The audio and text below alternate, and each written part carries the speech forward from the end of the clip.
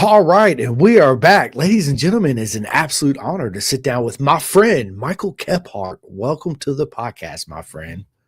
Thank you. Thank you for having me. I'm excited.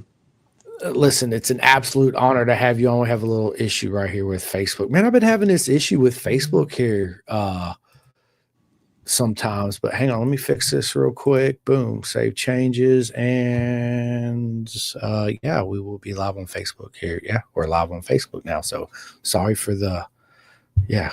Anyway, Michael, welcome to the podcast.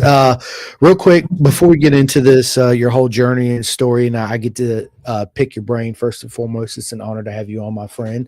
It's an honor to be friends in this short, what we call a lifetime more than anything. The first time that we met was CODA 2017, maybe 18, somewhere around there. I've 19. Yeah, it was a few years ago. Yeah, awesome, dude. It was and it was great to finally meet you and Shannon and all the kids out there. Yeah, it was like random, just like in the like walking to the track in the massive yard of parking there. Yeah, I was taking what was I think I was taking some merchant shit back to the car, so I didn't have to carry it around the whole time. So I'm guilty of doing that when I show up to the races. I'll go and buy merch and then I'll run it back to the car, so I ain't got to carry it around or mess with it. I mean, there's so much good stuff there too. Like you gotta get it while you can. You do. Absolutely you do. You know what I'm saying? It's look, man, we got Keith Kelly up in the house. What is up, my boy? He says, "What's up, boys?" Keith is he's awesome. He absolutely is. I finally got to meet him for a brief time at Daytona earlier this year in March. He walked up to me, gave me a big old hug. He's like, "It's good to see you, Simcoe," and took off. And unfortunately, I didn't get to run into him again, but I will see him again. He says, "I'm still watching Avery's video, but I had to stop it for this one." Thank you, my friend. And then Shannon, what's going on? It was good to see you just a second ago. Go have fun at the Halloween Scaremare. Yeah, Fright Fest. I don't do scary stuff, and they're all no. Her and Sophie are all about scary stuff, and that's just not my thing. So they're like, "Well, you're going to be doing this tonight, so we're going to go to Six Flags and have some fun without you." I'm like, "Have fun."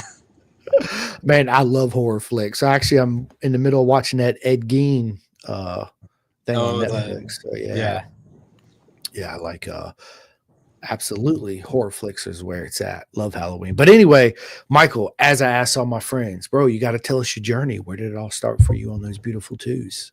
All right. So I had a dirt bike when I was a kid.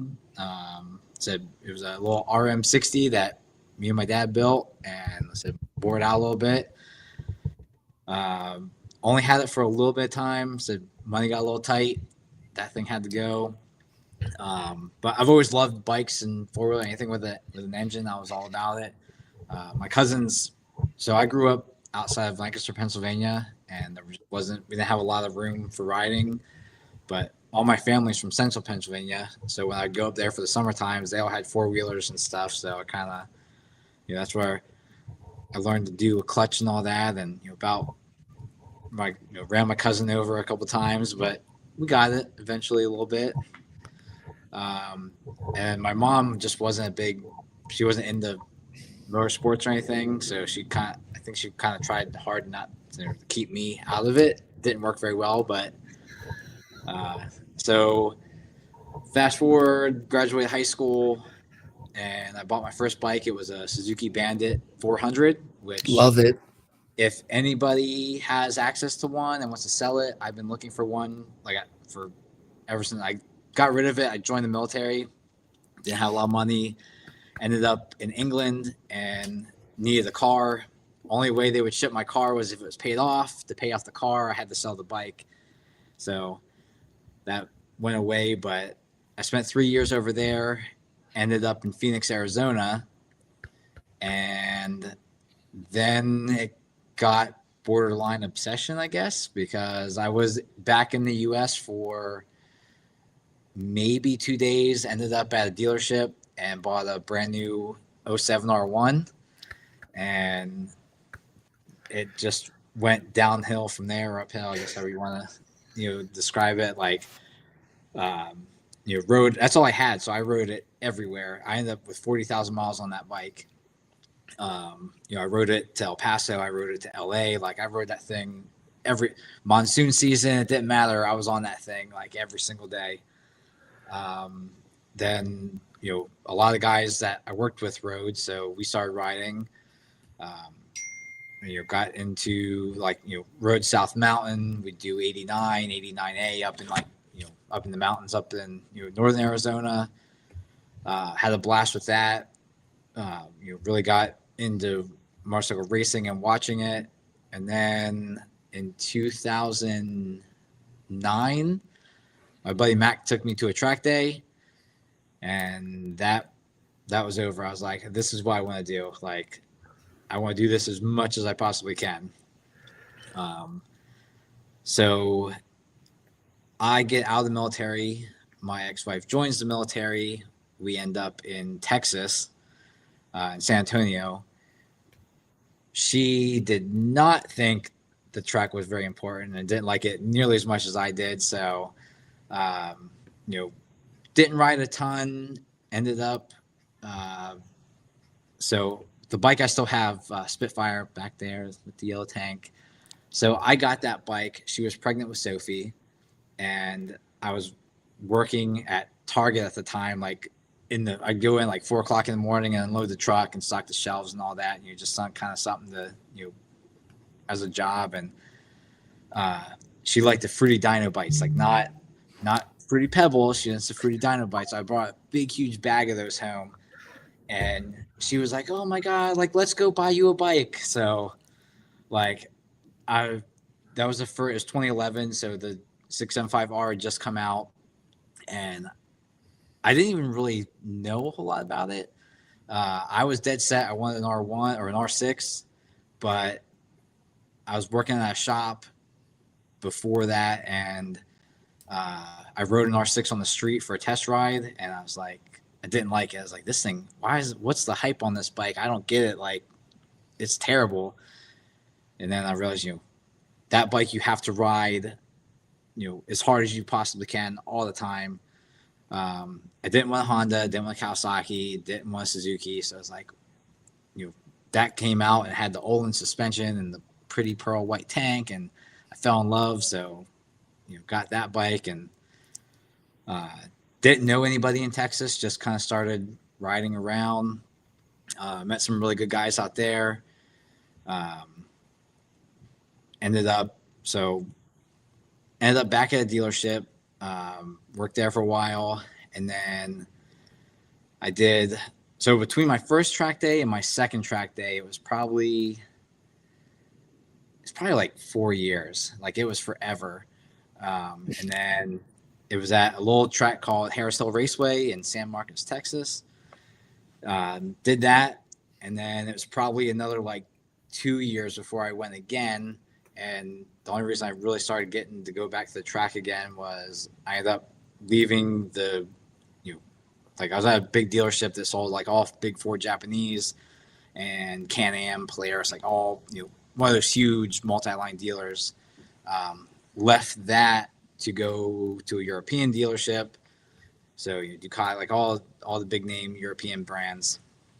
And they were really big into tracked and stuff. So they got us a membership for the dealership to Harris Hill. So they had track days every Monday, and we were closed Monday. So I got up there as often as I could, which was probably still only a handful of times, but went there, met even more great people. So I don't even know Marquise Davis and like all those guys out there, but they got me out there riding and got pretty quick and had a blast. So then fast forward again, we leave Texas, we end up in Kentucky. Didn't get to do a lot of riding there. So we got Sophie, and then we got the twins. After the twins, like I'd ride on the street here and there, but that became a hassle. Like, she was always worried where I was because there's no reception out in the middle of nowhere, Texas. And then it was always, something was always happening every time we rode. I was like, I just don't want to do this anymore. So I took the bike off the street. I didn't ride on the street for probably 10 years or so. I just didn't really, want to do it, but I couldn't really get to the track very often, so I barely rode. So I ended up in Kentucky, went to NCM a couple times, loved that track, and then ended up divorced back in Pennsylvania, living with my parents, friggin' doing a couple track days a year. I mean, I always managed at least like one track day a year because I had to get it out. And then I met Shannon, and everything changed because she was 100% supportive about motorcycles and everything. And when I met her, she didn't ride, and she's like, I really like this guy. This is her story. I really like this guy, and if I want to keep him, I'm going to have to start riding, which was not the case. But I think she was just naturally, just the way she is, she would have gravitated toward it eventually anyways. And she jumped in. So when we were at Coda that year, she kind of, Goldilocks, like sat on like every single bike until she found the right one. But anyway, that's her story. I'm not going to tell it. Maybe someday she'll be on and she can tell it. But Absolutely. So real quick, how did you and Shannon meet? Facebook dating. There you go. It was. We didn't, we were just supposed to, be friends and, everything. And then we're like, man, we really like each other. So it was awesome. Love it. So took her to a few track days, did a couple, like started doing, a few more than usual. Then the greatest thing, I would think she would agree with me, the greatest thing we ever did was move to Georgia. Like we live, just outside of Atlanta, and we went nuts. Like, we did our first track day down here. Well, it wasn't our first, but like once we were kind of settled in and had the house and everything, did our first track day in February down in Jennings. And I did more track days, I think, that year than probably my entire life up until that point. Did that, and I was like, man, I'm kind of getting back in the groove and really liking it. So I kicked around. I was like, maybe I'll get my race license, but I don't know. And yeah, just went and did it with STT, got that, and ended up, I've raced with Pan America last season, and I liked it, but this season they were like it was like Homestead and Roebling, and that was it. And like I said, Roebling's 4 hours, but Homestead's 12 hours. And I was like, I don't really want to drive 12 hours multiple times for this. So I looked into Wera, and that was, they're based from Atlanta, which said, I think this is probably like the best place you can live if you like motorcycle racing, because there are so many tracks. There's like 10 tracks within like 7 hours of here, 5 hours. It's crazy. And they're all great tracks. I mean, Barber and Road Atlanta are both 2 hours from me. Well, depending on traffic with Road Atlanta, it could be an hour and a half. It could be 3 hours. You just never really know. But yeah, it's just love it out here. And then, so Shannon, when she got her street bike, when we got to Georgia, she's like, get a street bike. So, because we got the North Georgia mountains, and that's some of like the best riding in the world. So started riding on the street a little bit more, and doing more track days, and started racing, and have just had a blast with that. Ended up doing some podiums, which was a great feeling because I never really done anything like that before. But racing Wera this past year, is like just changed like a ton. Like my riding got way better. I got way faster because you're out there with some properly fast guys, and they push you. You're doing stuff. You're like, I don't know. I don't know about this. Bye bye. She said, "Give me the keys to your I truck." said, can I? Don't be getting it twisted.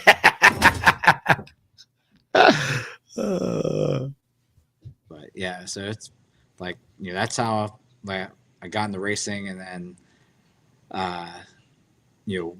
so when I was in Phoenix, so all I had was the bike, and I rode a ton out there. Went to MMI while I was out there, like doing. I look back at I don't know how in the world I did it because so I worked 11 p.m. to 7 a.m. for my Air Force job. I was in school from like 6 to 10, and then I had a part-time job on top of it. And I'm like, I was working. I don't know how I did it because now I work like 40 hours a week. I'm like, I'm exhausted. But it was good times. I said it was a lot of fun, but I definitely very much I had when I was in England, I had a really good time, but I missed so many great motorcycle opportunities there that if I could go back, I'd probably change a couple things. But I didn't have my license when I was over there, so I couldn't ride a motorcycle. And getting your license over there is insanely difficult. And being from Pennsylvania, every time I went home on leave, it was always wintertime. So, there's no getting your license in the wintertime. But yeah, so I kind of jumped around a lot there. But did you good, bro? Wait. So I want to go back for a minute. Okay. Military. I grew up in the military. My dad was in the Navy. So much respect and thank you for your service, bro. For real. Because without you doing what you do in the military, and I've had friends on there, they're like, "Well, I just did this," and I'm like, "Listen, it's the same as motorcycle racing, the same as life. It's all those little puzzle pieces. That's just as important as one or the other, right? And without all those coming together, me and you wouldn't have this opportunity or this freedom. So, absolutely, thank you, sir. I appreciate it. And what made you want to join the military in the first place, and why the Air Force? So that was after I graduated. I did HVAC for a year, and so where I grew up, there's a really big heroin problem, and I could see all the signs. I'm like, if I don't get out of here, I'm either going to end up dead or in jail because all my friends were heading towards those routes. So I was like, I got to get out of here. I was like, I was never really my home life was good, but I just didn't I wanted to be out and explore. I didn't want to be stuck where I was. And I always look at, being at home, it's like a black hole. If you don't get out of there in time, you're stuck there. And, I didn't want to be stuck in Lancaster, Pennsylvania my whole life. So I was like, I'm going to join the military. So first I was like, well, I want to do the Marines because, that's where the baddest of the bad go. But this was 2003. And my mom, was really worried about that because, every time you turn on the news, it was Marines being killed and everything. So she's like, oh, what about the Navy?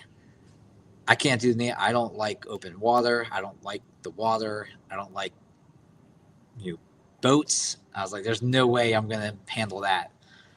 And then my dad was Army. So I was like, he's like, you don't want to do that. I didn't even think about the Air Force. I don't really know much about the Air Force. But I went and talked to a recruiter, and I had to study for the ASVAB. I'm not the smartest person in the world. I really struggled with school and stuff. So, I had some really smart friends. They helped me study. I did end up doing okay on it, enough to get a pretty, I did a job. I never saw Dirty Jobs with Mike Rowe, but my job was on that, climbing inside the fuel tanks of F-15s and F-16s. So that was interesting. It had its ups and downs. Definitely one of the highest moments. on just an awful TDY in Florida, like a training thing, and we had a jet land code red, but just got it fixed eventually, and got an incentive flight in F-16. So that was pretty freaking sweet. So got to pull 8.6 Gs, and I got to fly it for a little bit. It was awesome. Did you throw up? I did not. I almost blacked out. Like when we were doing the 8.6 Gs, like I saw like it was black coming in, and then some white started to come in a little bit, and then we pulled out of the turn. I was like, because they teach you like a breathing technique to do, but it was just kind of them explaining how to do it, and I've never done it before, and they're like, "Oh, you'll be fine," and all right, hop in, let's go. You're up there like, yeah. Like am I doing this right? I don't know, but but I didn't throw up, didn't pass out, and didn't get a full ride. We didn't get to do an injection, but it was. I guess that's boo. But that was pretty fun, and got to do a lot of cool things and see cool places with that. Oh, 100%. Like being in England, I went out there in the UK in 23, went to my favorite track in the world, which is Cadwell Park, as everybody knows. It was definitely an experience. I can't wait to go back and see all my friends. It was different. Every paddock has its own unique feel and atmosphere and presence, the food's different for sure, but I never felt out of place, and I never got homesick. And I thought that I would, being away from everybody that I know. I did know some people out there before I went, but it's different when you go overseas by yourself, Michael, because you're like, I can't just go home. It's not 6 or 12 hours away, right? It's all the way across the pond. Like I'm here. So, but I never felt out of place. I felt welcome, man. It was absolutely amazing. Did you have a traditional English breakfast? Of course, man. Of course. So listen, I arrived in Heathrow. So my good mate, Daniel Parker, which is a rider mindset coach, he works with a lot of the riders and car racers and stuff. He picks me up, and instead of renting a car, I was like, I'll just take the train and then get a cab and get to Louth. Because it's not a direct flight or anything. It's so far away. So he picks me up anyway in the morning. I get there. And first of all, when I arrive, you got to scan your passport to go through the final little thing. It turns green and it opens up and lets you in. Well, my shit kept doing red, and they're like, sir, you got to go over here and see this guy. So I walk over there, and the dude looks at me. He looks at my passport. He says, why are you here? I was like, well, it's nice to meet you. BSB. He's like, what is BSB? I said, British Superbikes. Have you never heard of that? He's like, oh, okay. Yeah. Have fun. And I was like, shoot. Anyway, Daniel picks me up. We go to London.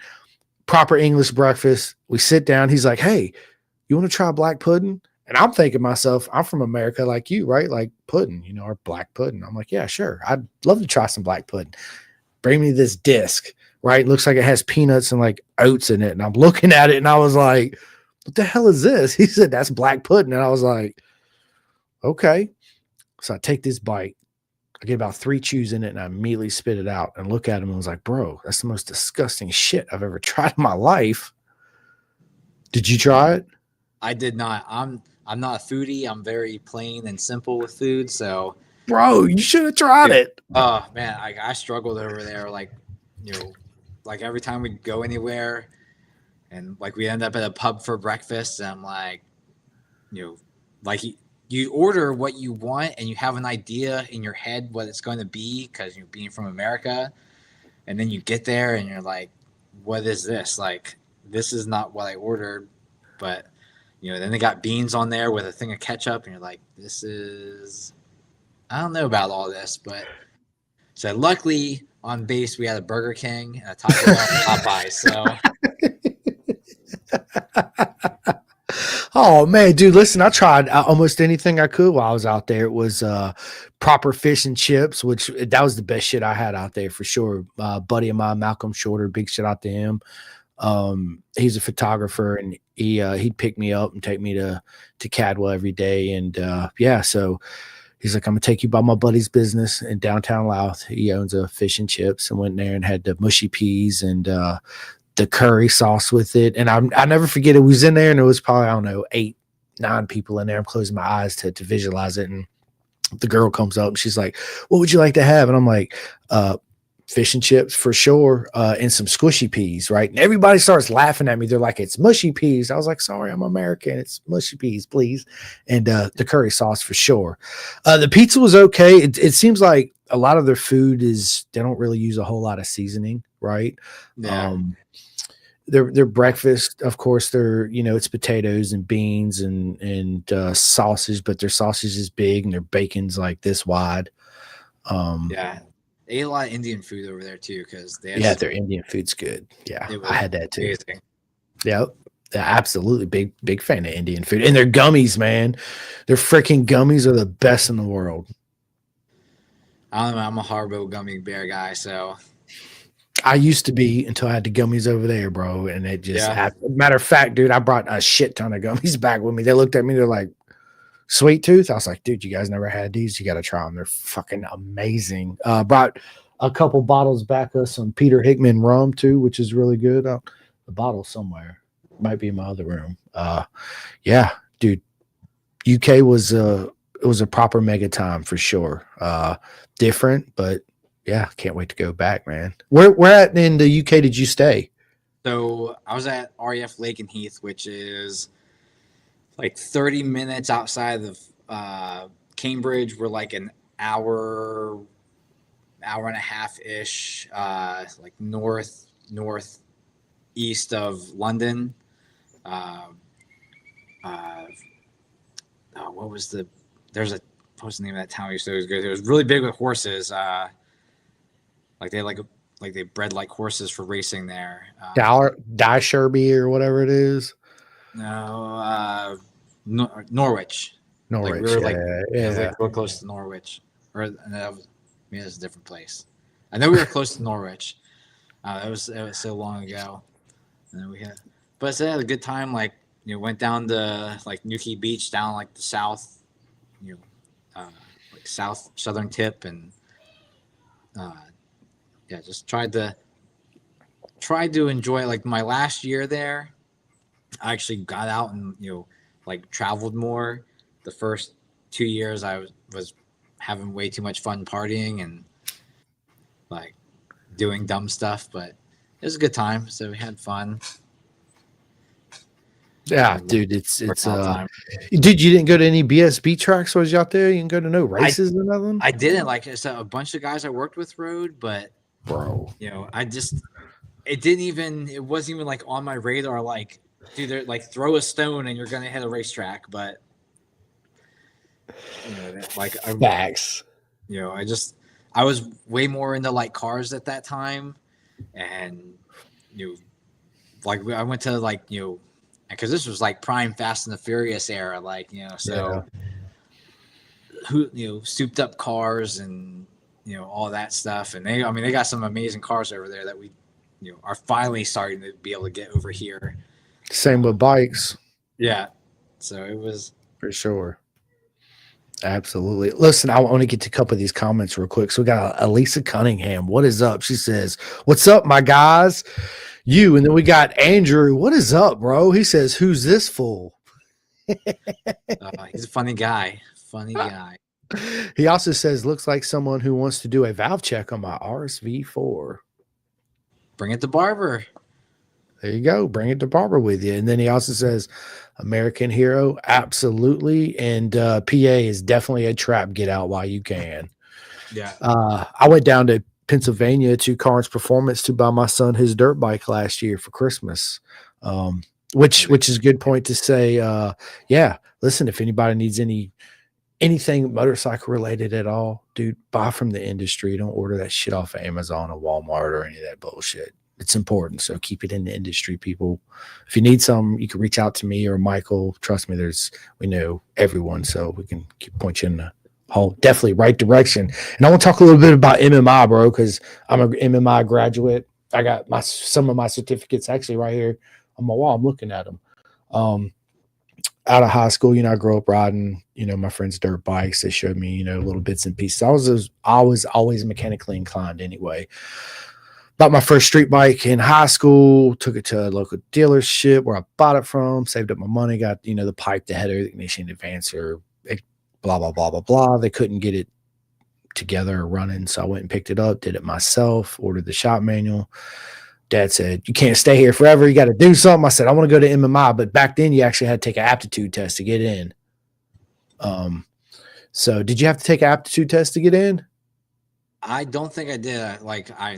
If you paid money, you went through. You got in, right? Yeah. There were so many people in there. I'm like, how are you this far? Like, it was. I remember one girl. It was the part where you got to take that Honda dirt bike engine all the way apart, measure everything, put it back together, just got to run. And we were like done, and she like didn't have it tore apart yet because she spent the whole time reading a book. I'm like, you're paying like a whole lot of money to come here, like a lot of money. Why are you here if you don't want to be here? But I don't know. It was like, as long as your check cleared, they were gonna get you through that. It seemed. Yeah, it was all basic shit. Is all it was. There was nothing really high performance. They had a high performance week that I actually, took to as well. It was all basic stuff. We did like a day or two on the dyno. Everybody that was there get to bring their bike in if you had one, put it on. They talked about, flow and cam timing and stuff like that, but it was very brief, right? And that's but so much stuff that they taught us a lot, but not anything really relevant or useful. And that's what this industry is. It's sad, like everything's just replaced now. Like there's only a few people that actually like do anything, and a lot of that's with like the materials and stuff. Like you're dealing with like titanium valves, you can't lap those and cut them and everything, and you just gotta replace them. And people are like, what the hell is a carburetor? Right. So I was working at like the first big dealership I worked at. My buddy is from Spain, and he was over here, and he worked on he worked in he had his own race team over there for a little bit. He knows people in like Moto 3 and Moto 2. Like he worked on those teams and stuff. Like he knew bikes really. He still does know bikes really well. He's still in the industry, but he gets to the dealership and they give him a bike and he's like, what's this? Or like, that's a carburetor. He's like, I've never touched a carburetor before. Like, I don't know what I'm doing. They're like, you've been doing this for like ever. You don't know how to work on carburetors. Like, I've worked on race bikes. We haven't had carburetors in forever. Like everything's fuel injected. I love carburetor work. That's quick and easy. It is, and nowadays too, especially dealerships, like they won't work on your bike if it's 10 years or older. It's if you don't have the, whatever OEM computer files, data, whatever it is to plug into the bike, you can't even fucking diagnose it or fix it. So it's it's they almost force you to do the trades in and buy new bikes and blah blah blah blah blah unless a backyard mechanic. Like getting parts is more and more difficult, and on my Daytona, my fuel line broke from the pump to the fuel rail, which is like a super common problem. And I called Triumph. I'm like, hey, I need this. They're like, it's on back order. It was on back order forever. And they're like you might see one eventually, but I wouldn't put your money on it. It's like, it's in my head, the bike's not that old, but I mean, it's 15 years old. And I can't afford a brand new bike. That's why I'm on, that's why I'm on a 15-year-old bike, because it's paid off. And if I crash it, I fix it. I'll fix it. Dude, listen, I'm with you, Michael. 110%. It's, and especially the cost of bikes now compared to what they were back in the day too, as well, right? A brand new 600 was $6,500. Yeah. So it's, and the 675 is a beautiful bike. I rode one. Buddy of mine had one, and I was impressed. I was like, dude, this thing rips. Love the engine. Love the way it handled. Gave great feedback. So yeah, I would own a Triumph. I'd own a 675R in a heartbeat. Yeah, I've kicked around the idea of getting the new 765 because it's got the fly by wire, ride by wire, and all that, and auto blip and all that, and all the new bells and whistles. My bike has a quick shifter for up only, and that's about it. Everything else is me, and trying to be competitive now, and everybody's on newer bikes with all the bells and whistles, and I'm like, it's hard. Like I got to ride the crap out of this thing, and they all make more power, and so that's why I like running around with my buddies on old bikes too, because we get to have fun, and we're all in the same boat. Absolutely. There's I like bikes that are, without all that electronics are raw. It's a raw machine. You gotta work the clutch as you're blipping the throttle for the downshifts and all that good stuff. You don't have the auto blip where you just boom, boom, boom, boom, bah, bah, bah, bah, so yeah. And the engine braking is this and brakes and rear brake. And yeah, man, I love it, dude. The rawness of it. One thing I do want to ask you too, man, is Bison, man. How did you and Bison get together? So I kind of, I remember when they were like, really, really small and, kind of starting to come up, and I just wasn't really riding at the track a whole lot. So I was like, I can't really do it, but, meeting, Rob and Tasha and everybody, and like, they're just like the most friendly people ever. And so I knew. I love Rob and Tosh, Carter and Edith. They're absolutely amazing. Yeah, like I was like, I know I want to be a part of that. And so I was like, last year I was like, you know what?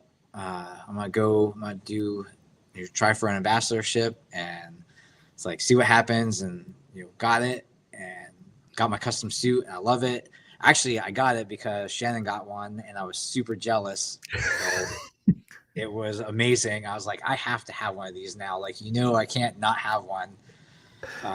So got that, and I was like, I have to, I want to be a part of it because they're such nice people, and they like love this industry and sport, and anybody that loves this sport and industry and wants to see it grow, and and the fact that they want to make sure you're safe and good. And I got the shop cat Gato. He's out here with me. What's up, Gato? Love it. I love it. I got 2 cats and 2 dogs myself. None of them are in here with me. Usually my 2 dogs are, but they're not in here. He's so we found him. We were going to Road Atlanta 2 years ago.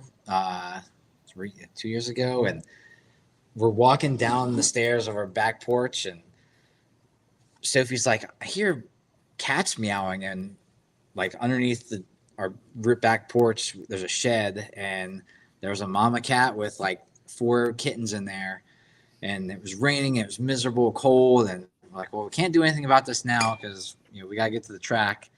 And we get back Monday evening because we stayed to do. I was working at a Aprilia dealership at the time, and so we did the Aprilia Racer Day the Monday after Road Atlanta, Moto America, and we get back and all the cats are gone, but we get a light and look, and he is all the way in the back, and I think he's dead. Like, I didn't see him moving. Shannon's like, I know I saw him move. And she got my drill and like pulled a part of the deck up because he was like all the way in the back and we just couldn't reach him. And she got him out, and he was still like barely alive. But I was like, well, so I ran over to the grocery store and we got some like milk and kept him warm and got him all cleaned up. And so his name is El Gato Negro because Shannon wouldn't let us name him until he went to the bathroom. And it was like a week, like he just wouldn't go. And he finally went, and at that point, Gato just kind of stuck. So that's his name now. I love it. He's been awesome. He's kind of an asshole sometimes, but my cat's an asshole too. Usually he doesn't hang out here with me, so I'm kind of, he must be lonely. But he thinks he's an outside cat right now. Like, he only ever wants to be outside. Maybe he just wanted to make his first podcast appearance. That's all. You wanted to do. So, what's up, buddy? Like, He's I a don't know about cutie. He's a big cat too. Oh, he's so long, like Yeah. stupid long. Like, we're like how? And like how you? And his tail is like at least a foot long. I'm like, damn, dude. But he's love cool it. enough. He goes. Yeah, dude, I love it. I got a cat. His name is Monster, and he's freaking huge. He's a huge ass cat. And then we'll have another one. Her name's Cookie. But Monster's an asshole, and there's a reason why his name is Monster. Yeah, he could be the most lovely cat ever. Let you pick him up, love all over him. He'll play fight with you. He'll do the fetch thing. But there's times where he'll jump up on the counter and literally look at you in the face and just fucking knock your drink over, right? And you'll clean it up, and you're like, "What? You're an asshole." You'll clean the shit up, and you'll make another drink, and you'll put it up there, and he'll look at you again, and he'll knock it back over. And I'm like, "That's it, dude. You're getting kicked out, right?" And Dude, like none of our cats are that bad, thankfully. Like they're more assholes towards each other, which just cause when it's like 2:00 in the morning and Gato's running around like messing with the other cats and just chasing them around, and it's like, dude, it's 2:00 in the morning. Like you sleep 90% of the time. Why are you not sleeping right now? oh my god, that's awesome, man! Freaking cats, dude. And he like hangs out by my feet, so I get up for work at 4:00 in the morning, and Shannon's sleeping, so like I keep all the lights off until doors closed, and I end up stepping on him all the time because he's like right weaving in and out of my feet. I'm like, dude, I just woke up, I haven't had no coffee yet.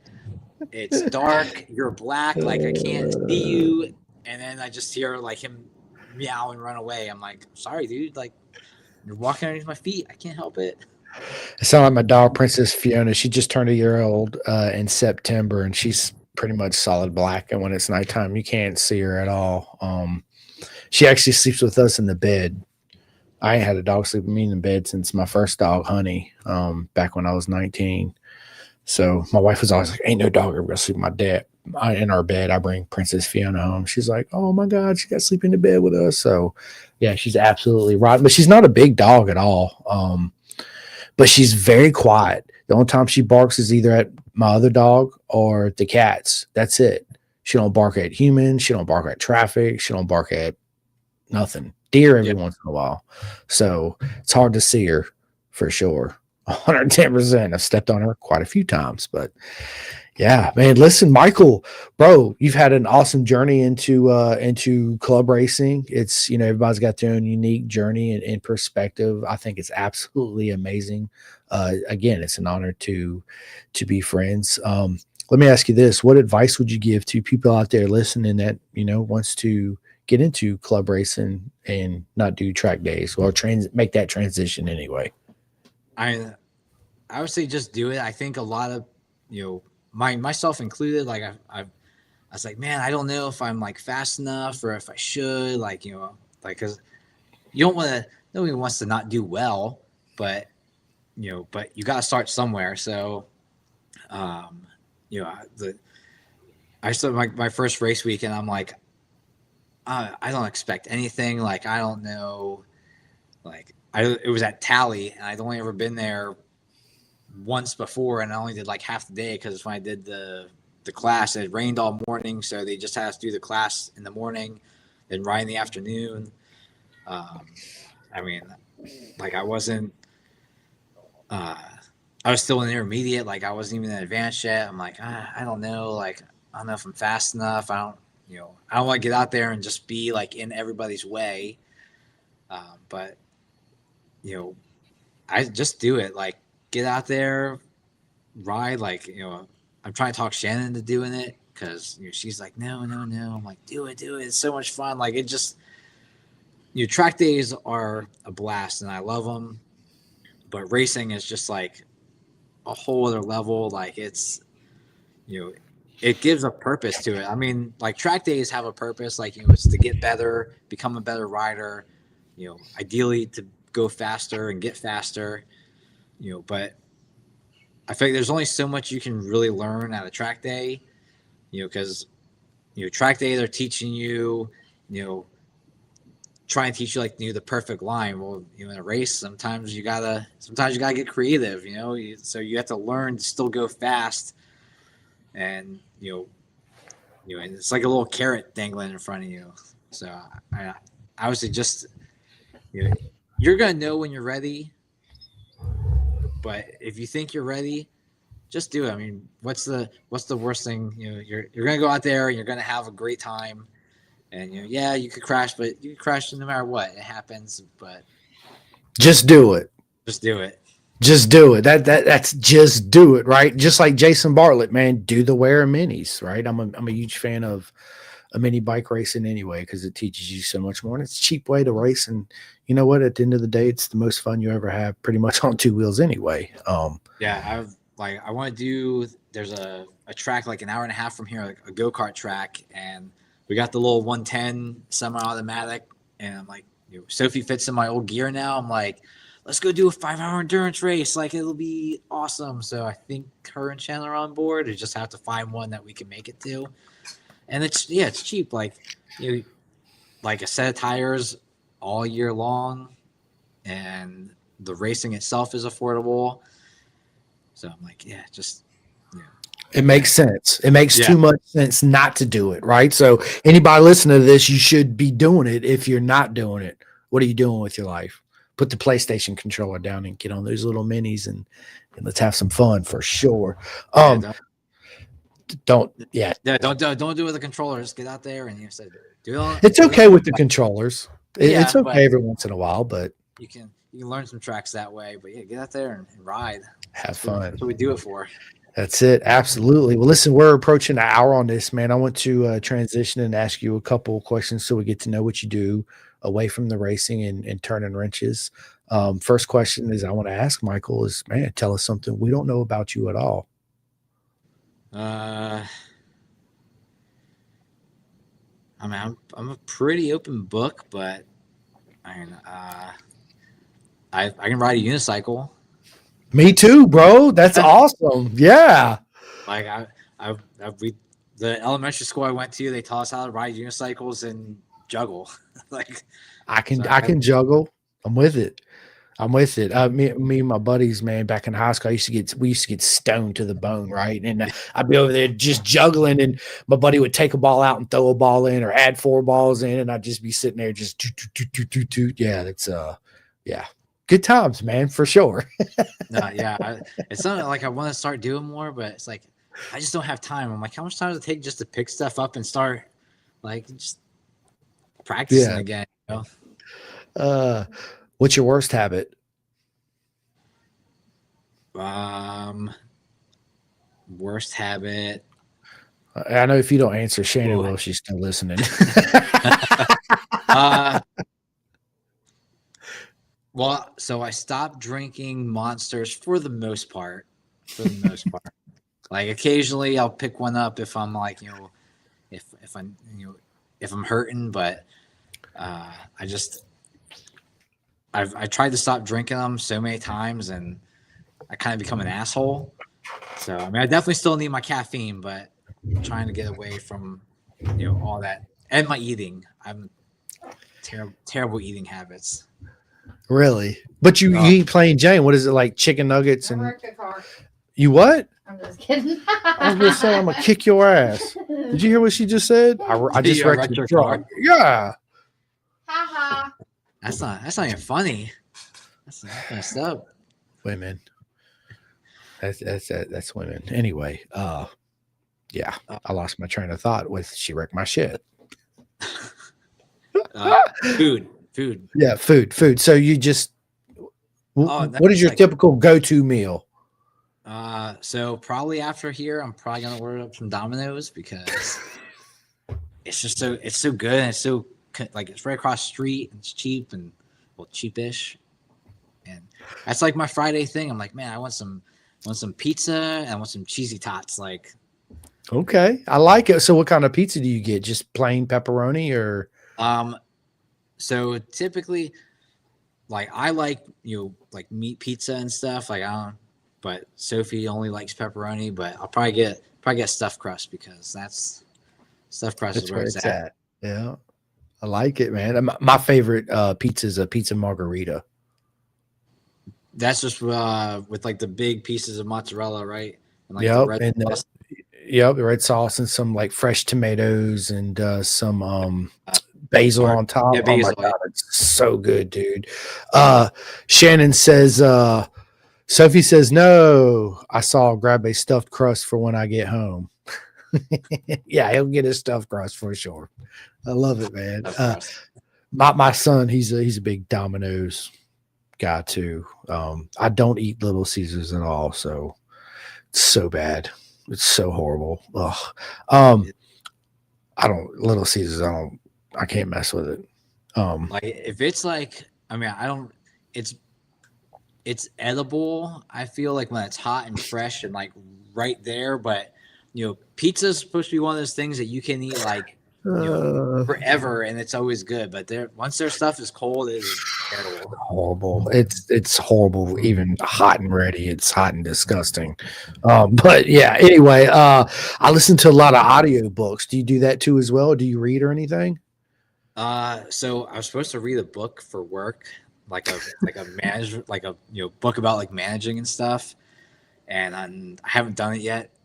And I was like, well, I'll do it. I'll do Audible, and I'll just do it in the car. But I haven't done that yet either. I watch a lot of not watch, but like so I listen to a lot of stuff about like aircraft and military history, and you know like a lot of channels I like is Found and Explained, which they do a bunch of stuff on different like aircraft and military technology.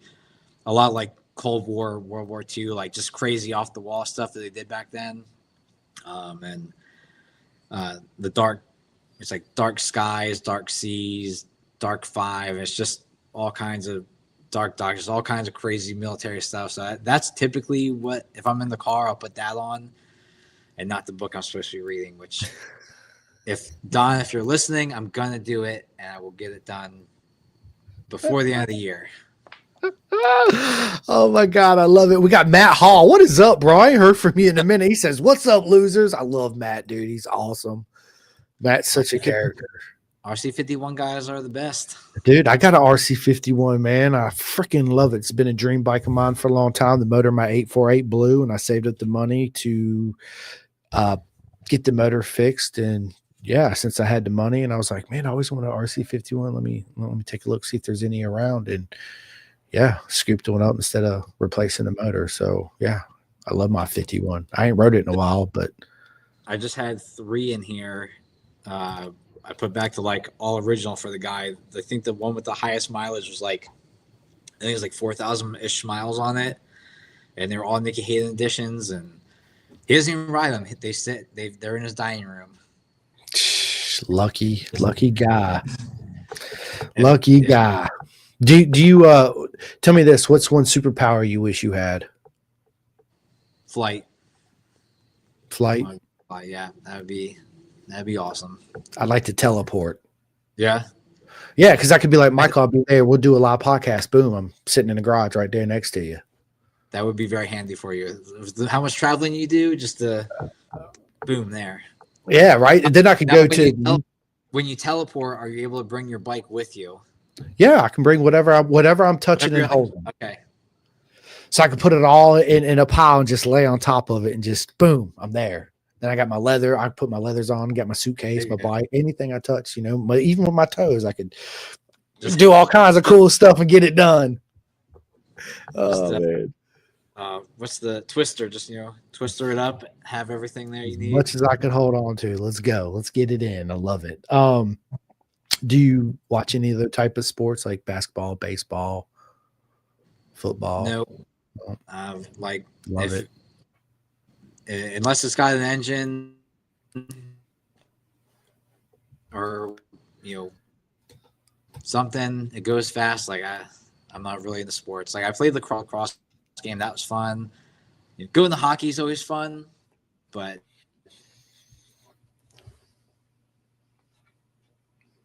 you froze up. I'm just never really got.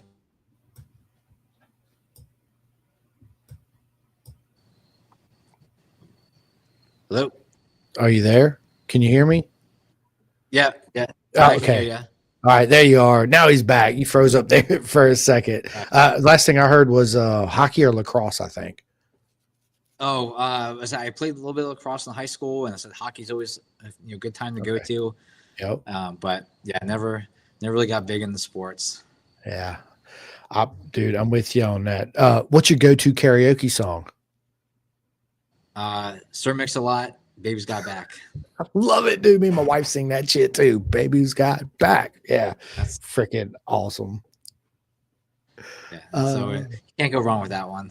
No, And absolutely I know all the not. words, so that makes it even better. A lot It easier. makes it easy, right? Yeah, let's Yeah. go. If you could travel back to any era of time, where would you go? Ooh,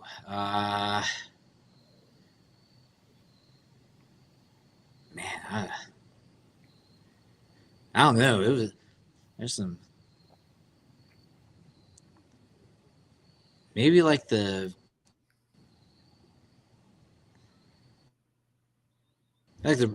20s, like the Roaring 20s. Go see some like flapper girls or something. I don't know. That's a tough one. Oh my god, I love it. I love it. It's good stuff, man. Do you have any superstitions? Uh, I I used to have one. Shannon has since like uh got me away from that one. Uh, I'm not gonna say it on here though because I don't want to like demonetize you or nothing, but it involves something that I wouldn't do before a track or a race because every time I had done it in the past before that, I would crash. So I was like terrified that was going to happen. So, but that's not a problem anymore.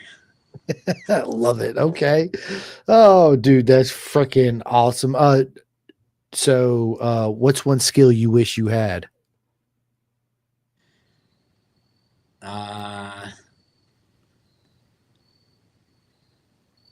Probably welding.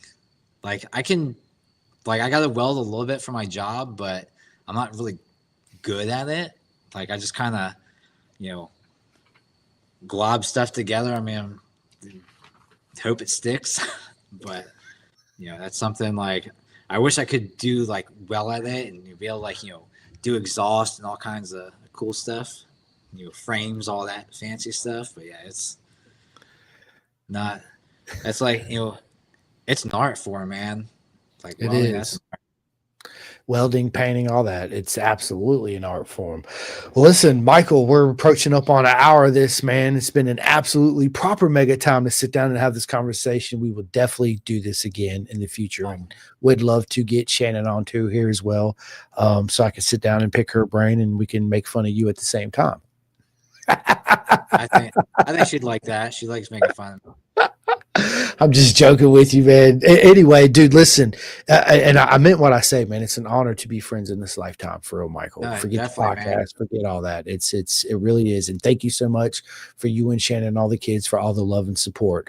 Before I hand you the microphone to end the podcast, I want to say that to you, and also as well as everybody else that's listening to this, because without Michael and everybody coming on here and listening and liking and subscribing, I would not be able to do this. So I love each and every single one of you. I say it every freaking podcast, 400 and something times so far. So, and I truly, truly mean it. And if you have not yet, please go and hit that like and subscribe. Go to my YouTube channel. That's where I really need help out, is my YouTube channel. I need everybody to go there. If you have not yet, just hit the bell for me. That's all you got to do. Please. I'm almost there to get monetized. Go to my YouTube channel and ding, ding, ding for me. Michael, it's been an absolute honor again to have you on. I usually give this whole list of shout outs to all my friends in the industry. You guys and girls know who you are. I love each and every single one of you. Again, if anybody needs anything, hit me up. I can point you in the right direction. And real quick before you get the microphone, Michael, is thank all the corner marshal workers. absolutely, if we did not have the corner marshal workers, we would not be able to show up and have fun, race, and the fans wouldn't be able to show up and watch, right?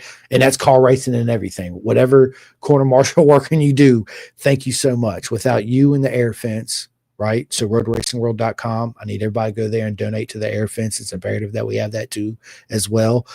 Big shout out to Racer USA Gloves, my boy Max Van and STG. Let's freaking go. Aliki at Venom. GRG Graphic Designs, which is Gus Rodeo. I got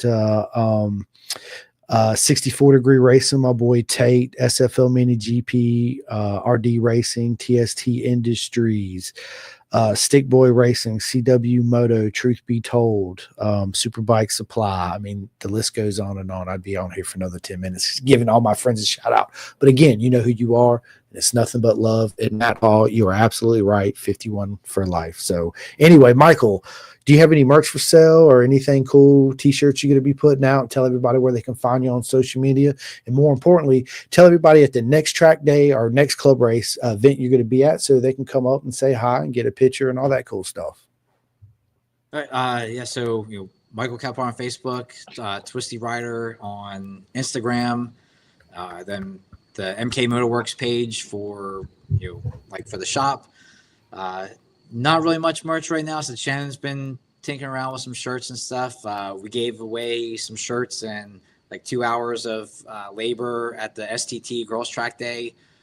So I mean, that was awesome to be able to do that. Like totally support women riding like that. I wish more were out there. Just if you're watching, like any lady watching, like get out there and do it. Like if your boyfriend does it, get out there and do it too. Like it's just an absolute make it a whole thing for the family. That's what I love about this sport and this industry is we do it as a family and I love it. And Sophie's kind of growing out a little bit, but the twins are riding, they're having a blast. Like it's just awesome. So just get out there and just do it. Have fun with it. Like don't worry about nothing else. What people are thinking, who cares? Just go do it. Have fun. And then so yeah, that's she's been messing around with that. If you're in the Atlanta area and you need some work done, I work on pretty much everything and can do pretty much everything here. Bison, if you need leathers, Bison leather is you can get an off-rack suit, but why? Why spend? You can spend the same amount of money and get a custom suit to whatever you can imagine, and they're great material, great people. They work with you. If you need something, they're there to help you out. Engine Ice, best coolant out there. Love it. Use it in all my stuff. And next race is GNF at Barber. Have you made it to Barber yet? No, I will next year. Okay. Yeah. So that's, a amazing time. So Barber's just such a beautiful facility and track, and I'm terribly slow there, but I'm tied for there's three-way tie for first for heavyweight twins national. So I'll go out there, see what happens, so hopefully do well. And only got to drop about 10 seconds. I'll figure it out. That's nothing. I got this. I've been there 3 times and it's only been nice weather once. And it was my first time on the Dunlop slicks and my tire pressure was totally wrong. But, Stick Boy's going to be out there, get me straightened out. And, Derek, dude, he is the man for sure. He, just so much knowledge and he, such great support. And he's. Love him. I love him. Absolutely. Him and his wife. I know he'll get fast out there. Yes, he will. Yes, he will. Well, listen, Michael, we're going to have to definitely sit back down. What I'll do is I'll give you a call. I actually got Jack Butry coming on here in 25 minutes. I got another podcast to do. I'm going to go grab me a bite to eat real quick. But I will give you a call and me and you will sit down and schedule our next one. And me and Shannon will schedule our first one together. Really looking forward to seeing you and Shannon at the next track. I'll be at Daytona this coming up weekend. So if anybody's going to be out there, make sure you stop by and say hi. You'll see me. And then after that, I might make a couple more club events at VIR, maybe maybe Atlanta too as well. We'll just have to see how the end of the year plays out. If not, next year for sure, 110%. So Yeah. I yeah, mean, thanks for having me on. Like, I've been looking forward to this, for a while. So this is awesome. And, you know, like, Avery Draper was on before me. Like, that's awesome. So this whole thing's awesome.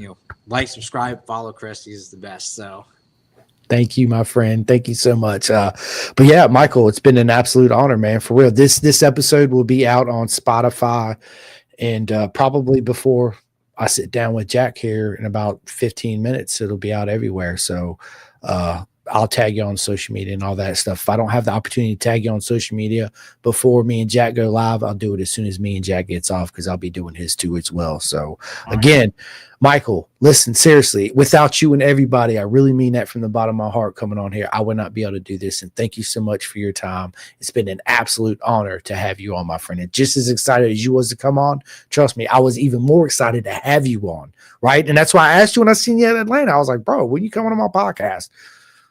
Let's do it, right? Let's do it. So, and we're gonna do it again, and I'm really looking forward to it. So, thank you guys and girls so much, everybody that watched, and yeah, Michael, you want to say anything before I end this podcast? Just, thank you, and thanks for everyone watching, and yeah, like everyone in the industry, just love it. I do too, man. We'd love each and every single one of you. And on that note, I will see all you guys here in less than 30 minutes. And Michael, yeah, I see you. Yeah, I love it. And Michael, I'll give you a call and we'll sit back down and do this again. All right, I appreciate it. All right, man. Hey, enjoy Domino's. Enjoy your pizza, my friend. Oh yeah, it's gonna be delicious. That's right. Have a slice for me. And on that note, we are out of here. Calling all two-wheel enthusiasts, get ready to rev up your earbuds with Pin the Gas Podcast, the ultimate motorcycle racing podcast, hosted by Chris Simcoe, one of our very own excellent leaders here in Roanoke, Virginia. With expert analysis, behind-the-scenes stories, and exclusive writer interviews, Pin the Gas Podcast delivers the adrenaline rush of the racetrack straight to your ears. Whether you're a diehard fan or a curious newcomer, you'll gain insights that will transform how you watch and understand motorcycle racing. On your favorite podcast app, join Simcoe as he takes you on a high-speed journey through the world of motorcycle racing. Pin the Gas Podcast.